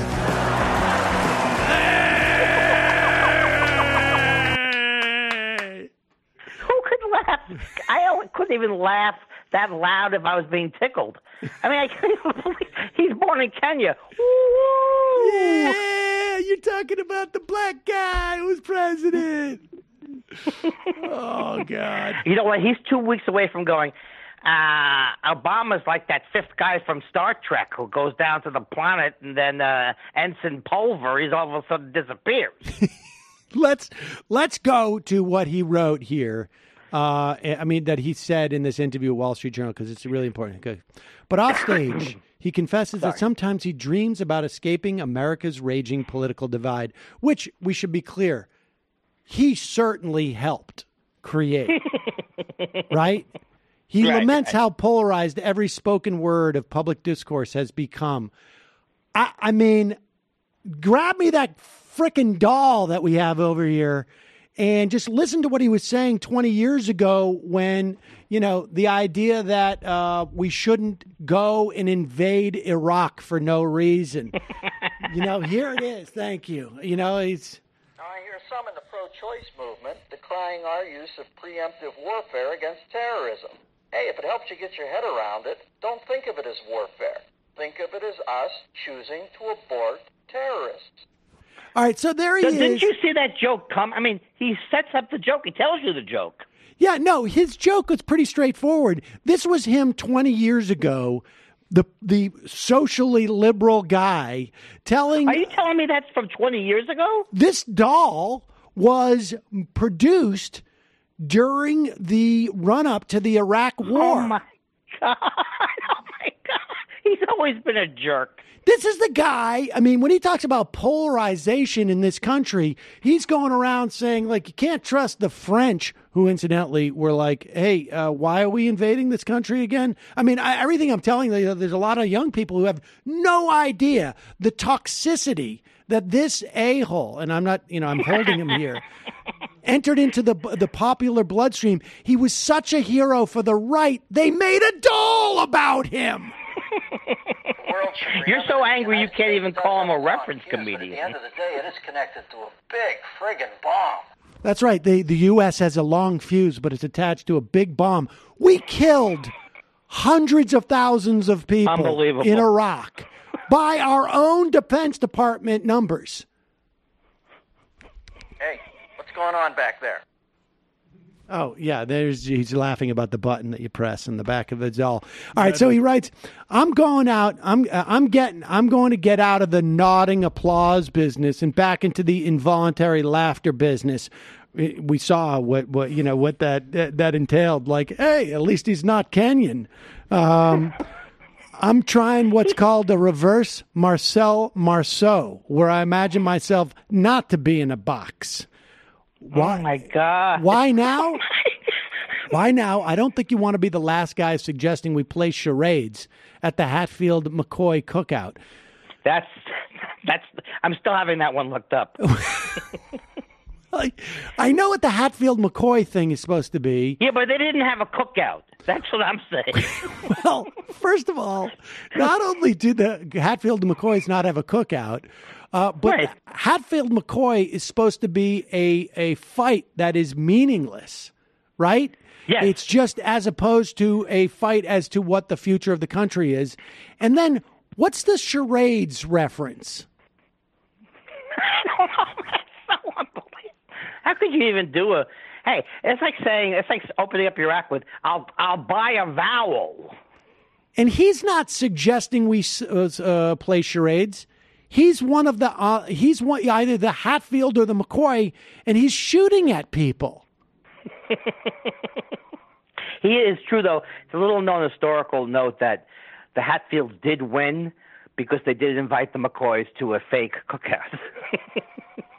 Unbelievable. And then when they were about to sit down, blam, blam, blam.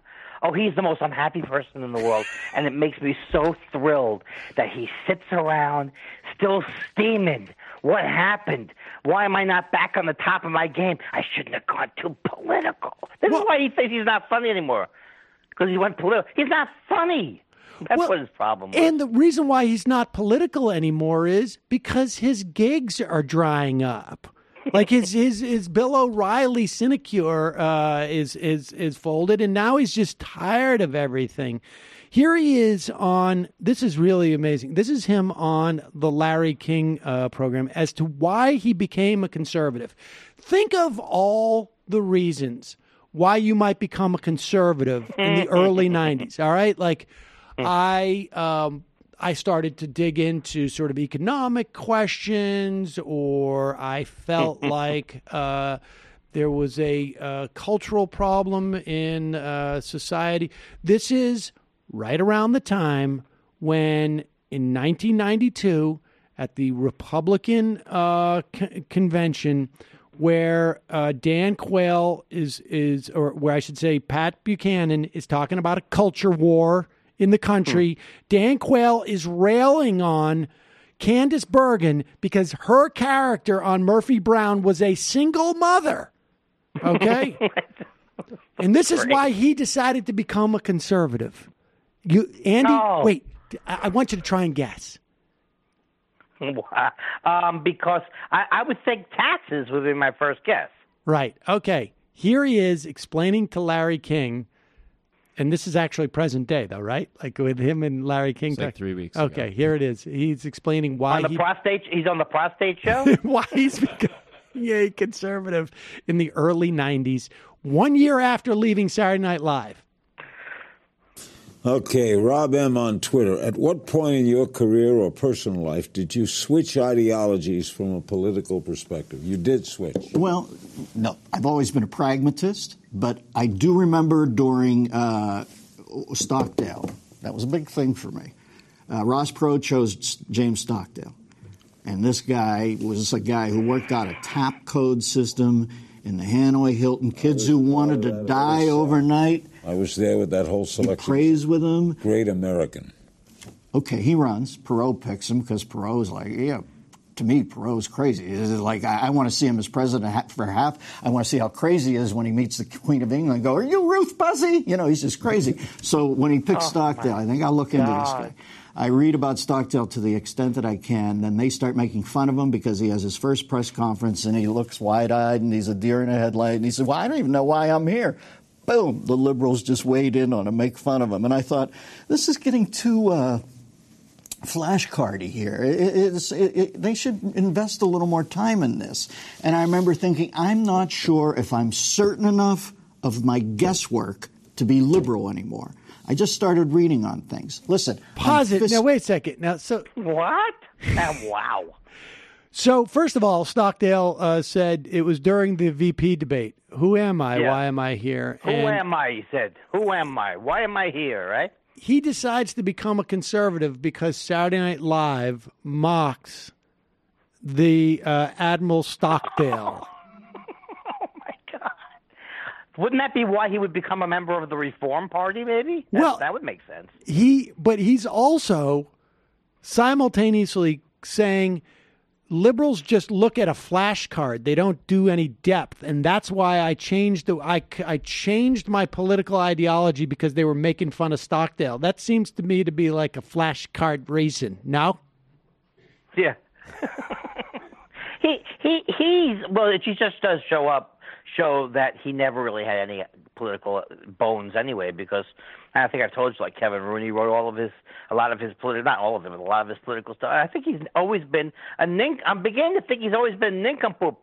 But you told me this was a recent interview and he used Ruth Buzzy? Well, to be fair, he was talking about Ross Perot saying Ruth Buzzy. Oh, okay. I got it. That's better. But I like how he says Ross Perot's crazy. And I left. I decided not to be a liberal because I thought it was all just people making fun of Stockdale.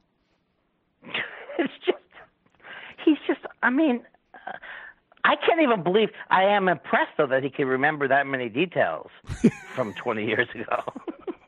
Wait, sounds like he's still plugged into the H. Ross Perot campaign.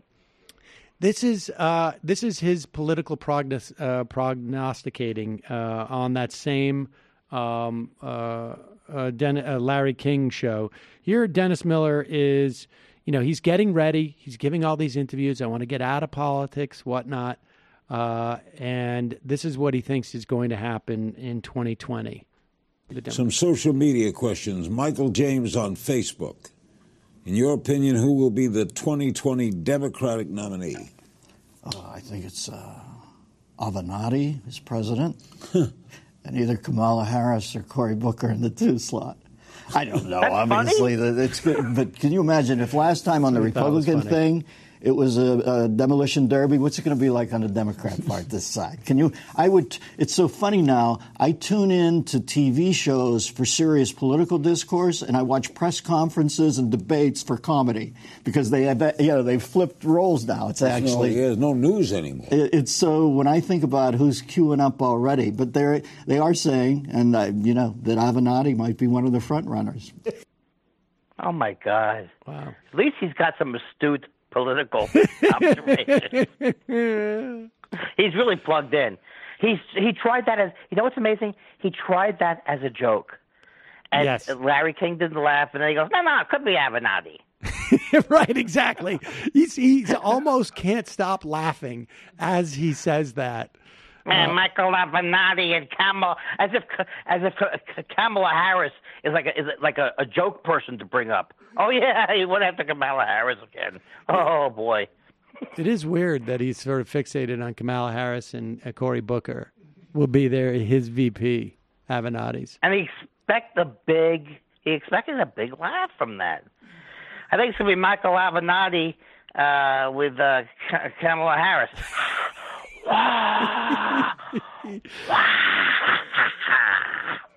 That one killed in my last special, so I don't know why he's done though. I love that he's done though, don't you think? Oh yeah, I like that. But here, the best part about it is this: how long do you think it will be after? I mean, supposedly his tour is going to be over, right?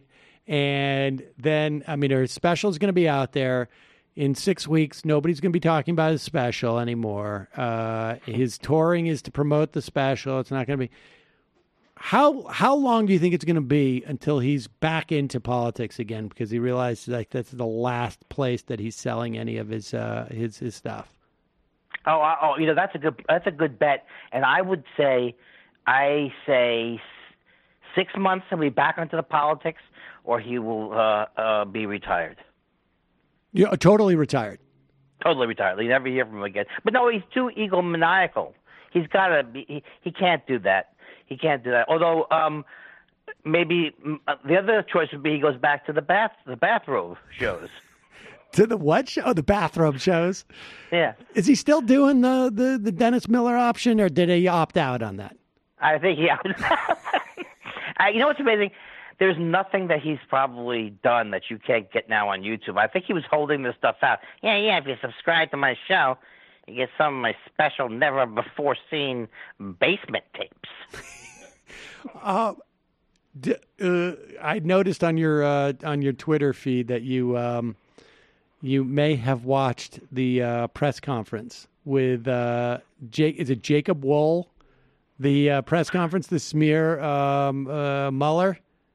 Oh, I actually did watch it, but I hadn't watched it until I didn't know that name. That was like someone got me with a name like, and I'm still a little confused. Okay, so here's the story.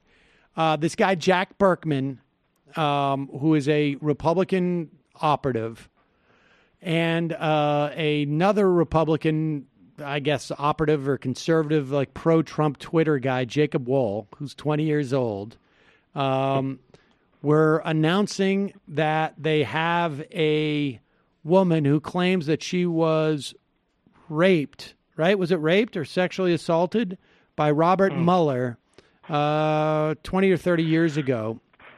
And they got the information from Surefire Intelligence, which turns out to be Jacob Wohl's creation, where he created a website with all pictures that he stole from the internet to supposedly be his investigators. Like there was the chief of the Israeli bureau was a Israeli supermodel, Bar Raffaele, and the head of Zurich. Who was the actor who was the head of the Zurich branch of Surefire? Was it Christoph Waltz? Yeah, Christoph Waltz, and he took these pictures and didn't realize that people could identify who they were.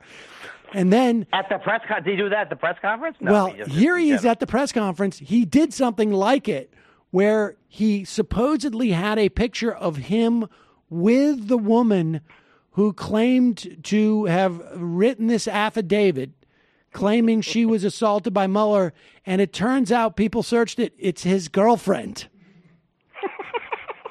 Is Jacob's girlfriend? Yes.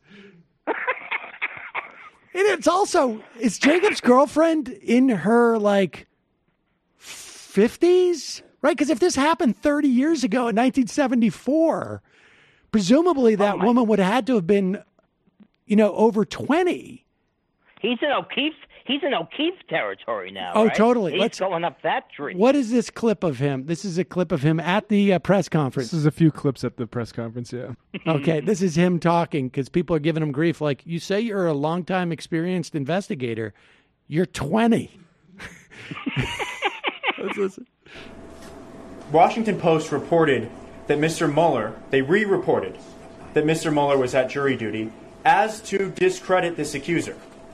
That's why they re-reported it. That's why it's going around. Jacob, but real quick, excuse me. August 3rd, 2010. Excuse me.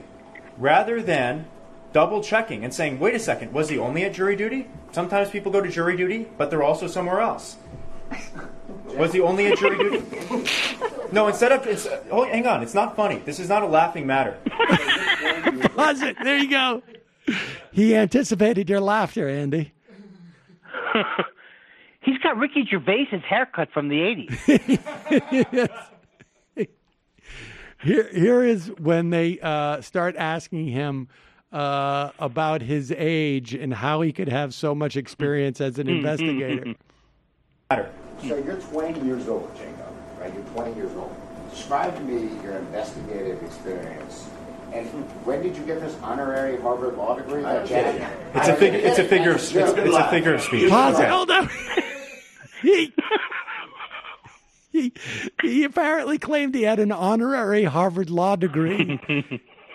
And, of course, that's a figure of speech, right? Yeah. Great. Oh, I hope this never ends. Andy, I mean, like, how many times have you used that figure of speech that you have an honorary Harvard Law degree?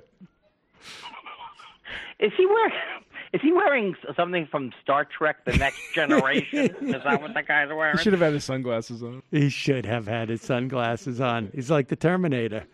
All right, let's go. He's the Harvard. What, Andy? Just help me out here. How would you use honorary Harvard Law degree as a figure of speech in a sentence?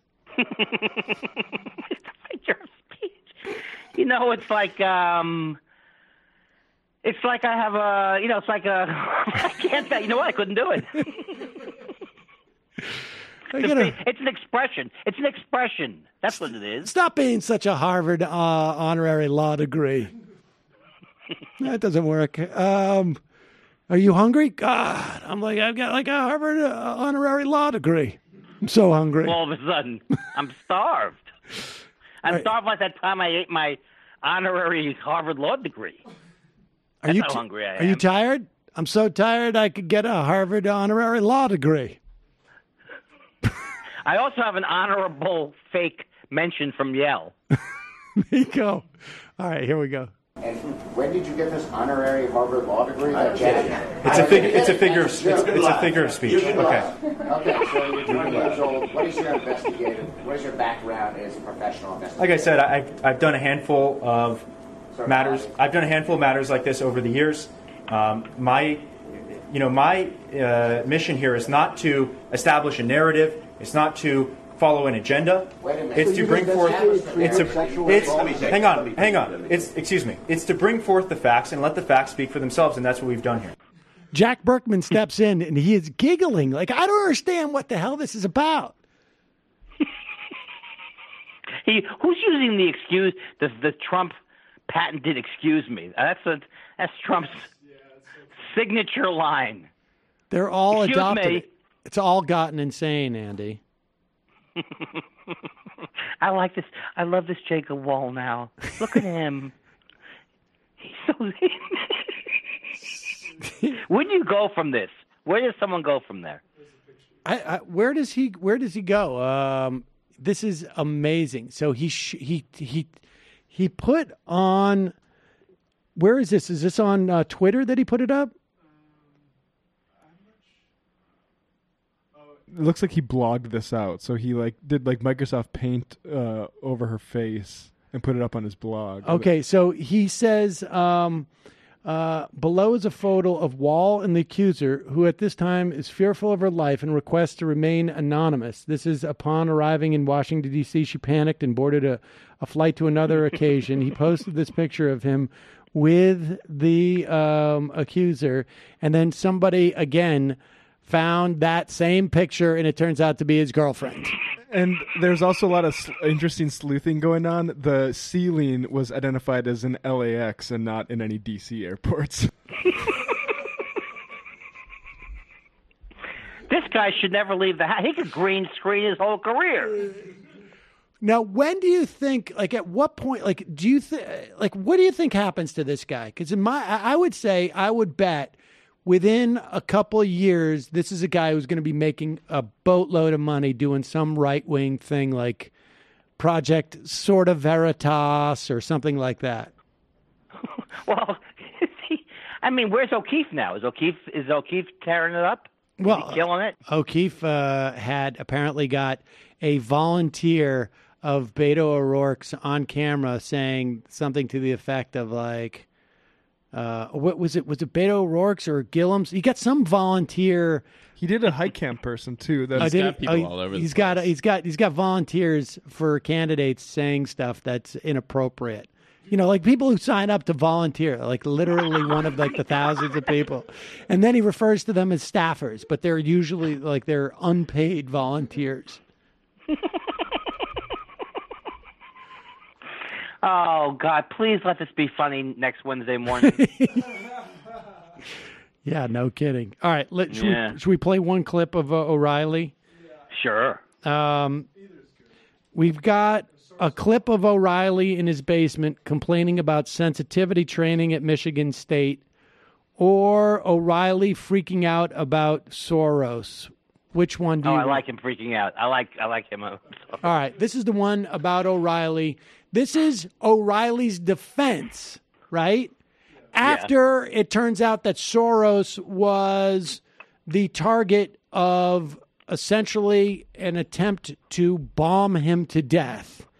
Here is Bill O'Reilly. Remember, Bill O'Reilly was one of the pioneers in demonizing Soros, and he's going to... I didn't know that even.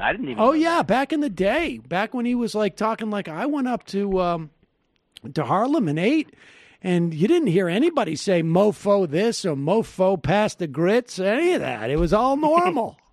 And this is... What a great guy, right, Jason Silverstein? What a great guy. Financially supports democracy and human rights causes. Pause it. He's reading off of a piece about Soros, and he's really upset. He's steamed. What a great guy. Financially supports democracy and human rights causes. More than 100 countries. This is what I mean. You can't trust a word. Now, no mention that Soros was convicted of a felony in France. Pause it. He was convicted of insider trading. Was that what it was? In France. He's got the century book, Sam. Don't mess with him. He's got the century book. He knows it all from last century, but that's last century. Okay. No mention that Hungary, the country of Hungary, recently passed a law against him intruding in their internal politics. Didn't mention it. Pause it for a second. Now there's Hungary is a right-wing Nazi dictatorship, isn't it? It is full-on fascist these days, and they don't like the Jews. You know, there's a long history. Gorka's little badge of Retzi or whatever that is, Vitezzi-Ron is all about Hungary's passing laws about the Jews.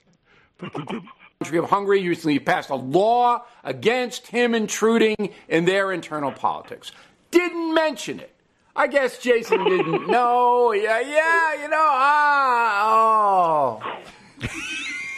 makes me furious. Wait, CBS. Go back. So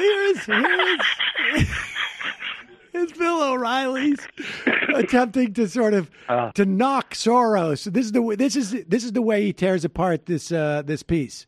No, mention it. I guess Jason didn't know. It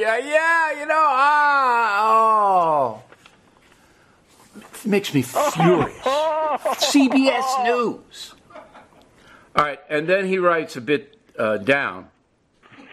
This is a great show. But the Soros scorn hit a fever pitch in the early 2000s once he became more involved in American politics, specifically opposing George W. Bush. He compared the Bush administration to the Nazi and communist regimes, saying Bush had improved on the techniques of governing by fear, and Soros spent more than $27 million unsuccessfully opposing Bush's 2004 reelection. Okay, so this guy Soros, he's a hero. He's supporting democracy. Silverstein goes on to write, quote, the conservative movement... He doesn't have. He just lays the predicate. He doesn't come back with the other half of the sentence. It's like, oh, he's supporting democracy, and then he runs out of. He doesn't have he doesn't have a criticism. Hey, meanwhile, Soros, the Nazis in his own country hate him. That's what they think of Soros. They said to him, the Nazis in his own country said, "Don't interfere with our politics anymore." He's a hero. He's supporting democracy. Silverstein goes on to write, quote, the conservative movement responded by unleashing fury on Soros, and he became a constant target for Fox News and other right-wing commentators. Bill O'Reilly ran a 10-minute segment on Soros, calling him an extremist and an off-the-chart dangerous person, accusing him of funding propaganda and manipulating liberal politics with his fortune. Absolutely true. I did more than 10 minutes, you pinhead. I did accumulation, couple of hours. It's absolutely true what I said. Okay? Propaganda, manipulating liberal politics. Here's the proof. Jason Silverstein, get a little pen, write this down. There you go. Okay. I think David... Pinhead. He's bringing back Pinhead. I don't think he said that. I mean, I haven't watched him in a long time, but I think he stopped saying that on his Fox show. Maybe he said it more on his radio program back in the day. Oh, because he found out it was an actual condition? Because it was an actual. It's based on. Someone once told me a lot of those words are actually based on old things, so they're really more insulting than he knows. Wow, I had no idea. No, but I mean, even the Lettermans use it. But I just found out all these things like imbecile, moron, they were all used. I don't know if you saw that documentary about eugenics. No. But, yeah, those words were all used by this idiot who decided that people were feeble-minded. And I don't want to bring us down, though. Oh. Andy, what's the latest? What are you up to these days? Well, I'm coming. Here's another chance for you to avoid seeing me. Saturday after Thanksgiving. At Union Hall. Oh, you're I've got kidding. 2 tickets with your name on them. I may come back from Massachusetts early for that. Well, I was hoping Michael would go, but apparently Michael can't even go to when I'm on the phone. He can't even make it to the show. Never mind go to your show. Yeah, now he's going to, I'd like to see his story. Yeah, so that's all I really have going. And also Thought Spiral. Thought Spiral is charging up. Me and J. Elvis Weinstein is our what is it called? A podcast. Well, no, wait a second. You only have one show scheduled? Oh no, 2 shows on the Saturday after. Oh, no. You mean like other shows in the future? Like a regular comic? Hey, wait a second. Did you get a new website? What's that? You didn't get a new website, did you? No, my website still has, for the people who like the classics, my 1997 tour dates. I was going to say, I'm actually on your website right now, looking at the calendar, God. And it only goes out 3 weeks. We can't. We're very busy over here. We can't constantly update my dates. I mean, what do you think this is? Let's see. There's a big gap between. Yeah, well, that's because I'm working on my Union Hall shows now. Oh, is that what's going on? Yeah, I'm practicing. No, things will turn around for me, Sam. You know that. I'm on the Majority Report. Everything's going to happen for me. You're on Thought Spiral. Thought Spiral. And it's just me and Josh Elvis Weinstein, just 2 people. That's all we do. There's no guests, in case that helps. What? And I noticed on Twitter, I feel like you've been calmer lately. Oh, you know why? Because I've been on Prozac and I've been in therapy for 2 years. Is that right? Is it finally kicking in? No, the Prozac kicked in a long time ago. But I'm actually getting better, more healthy as a human being. Used to be, I'd see something on CNN, on Wolf. I'd watch somebody say something on Wolf. And I run to the computer. What's this idiot schmooky schmacky schmeeky from, I was just crazed. And now I have an actual life, Sam. I mean, I'm looking at your Twitter feed and it seems completely, completely tame. I mean, at one point I like people. You retweeted Eddie Glaude saying, thanks for the great conversation with 4 or 5 other people that you weren't a part of.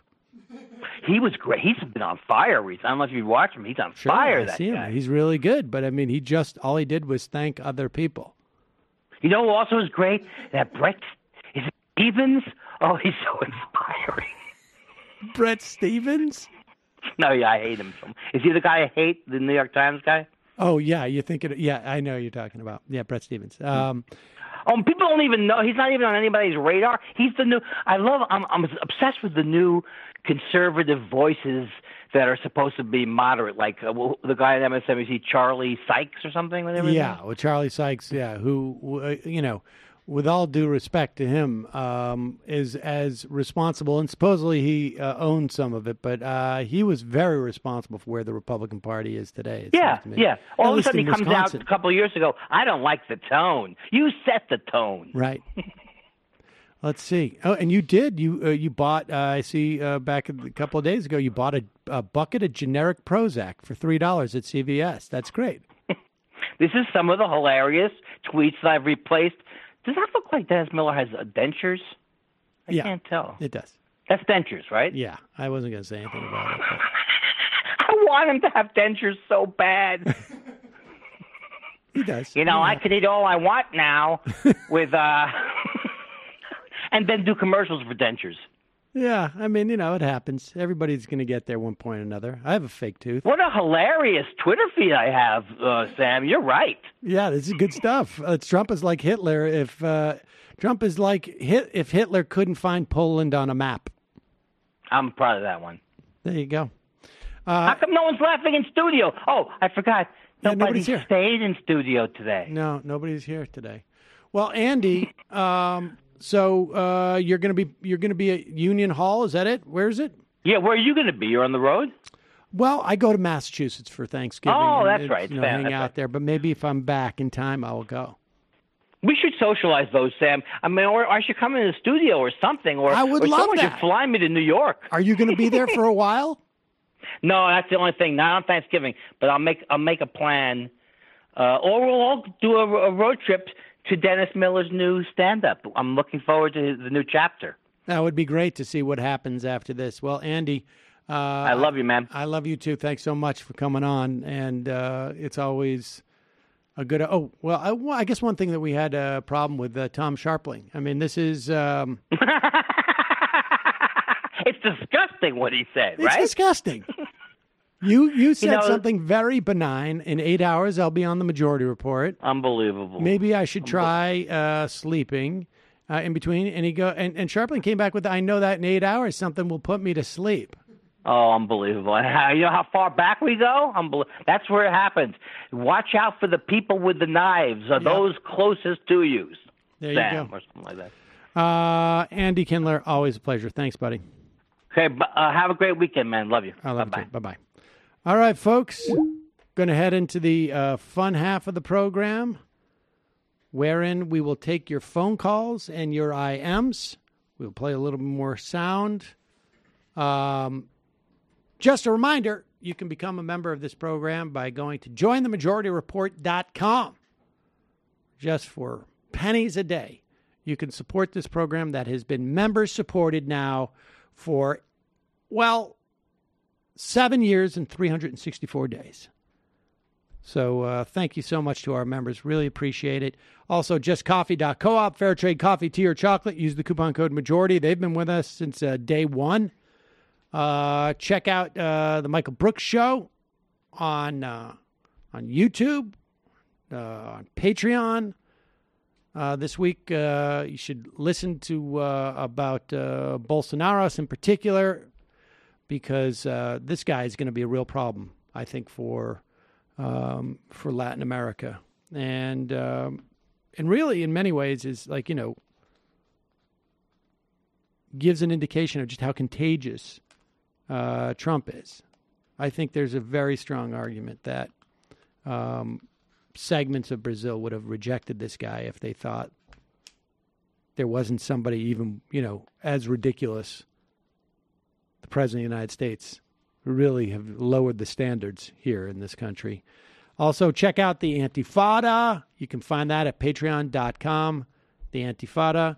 And for a real quality plug, there's going to be a Patreon-only show this weekend. What? For Literary Hangover members. It's going to be a bit casual because the full show is going to come the following Saturday. So. But I'm going to read a poem by Bertolt Brecht, I think. A very depressing one. And talk about a book called Gotham. It's a history of New York. Have you heard of this book? It's a giant. It's like 70 hours long on Audible. Wow. We'll talk a little bit about that. But no, that sounds good, though. It's like the Power Broker, but for the colonial New York. Interesting. And you're going to read the whole thing? Yep, going to read the whole 70 hours. No, just going to talk about it casually a little bit. It's going to be a more relaxed thing for members. So I see. All right. Pontificate on some things. Fair enough. I mean, speaking of casual, it's Casual Friday. You're wearing your shirt that is stained by your backpack. Pretty impressive. All right, folks, 646-257-3920. See you in the fun half. Oh, we do have a Reefer Cake song? It's only 90 seconds long. Let's hear it. It's a diss track of Michael and Ronald Reagan, I think. Oh, all right. I'm going to show you how to do it, son. I'm going to show you how to do it. With rain stop, a 10-foot man at DGQ and on. So good at writing songs, it just goes on and on. They want to work with me because my lyrics are hell. Now Ronnie thinks he can push me off that hill. If you won't debate me, I call you a bitch. And the only thing worse than a bitch is a snitch. He summons Twitter haters who gather to fight. Got a bunch of these haters tweeting at me tonight. I'm trying to calm him down and bake another cake. But when the Reefer Cake is cornered, he bites like a snake. Brooks refused to debate, proves he was a fake. Bubble boys, don't make the same mistake. Ronald Reagan wants me to be done. Hear that everyone, he wants me to be done. I'm gonna show you how to do it, son. I'm gonna show you how to. On immigration, I think we agree. Open up the borders and set them all free. But I don't give a fuck if you're 6'3". I'm gonna call you out on hypocrisy. Dumb left is a foolish meme. Agrees to debate, so it's cool with me. Bubble boys talk about Reefer Cake. Ron's it for real, but Brooks is a fake. You talking shit about Reefer Cake, man? You best be ready. Just step in that ring, man. And when you mess with Reefer Cake, man, you better know. You better know. DJ QAnon knows when it hits 90 seconds, the song ends. Bubble boys beware. I'm going to show you how to do it, son. I'm going to show you how to. I'm going to show you how to do it, son. 90 seconds. There you go. Wow, I think the gauntlet's been thrown down. I'm not 100% sure. Something's been thrown down. Something has been thrown down. All right, quick break. Fun half.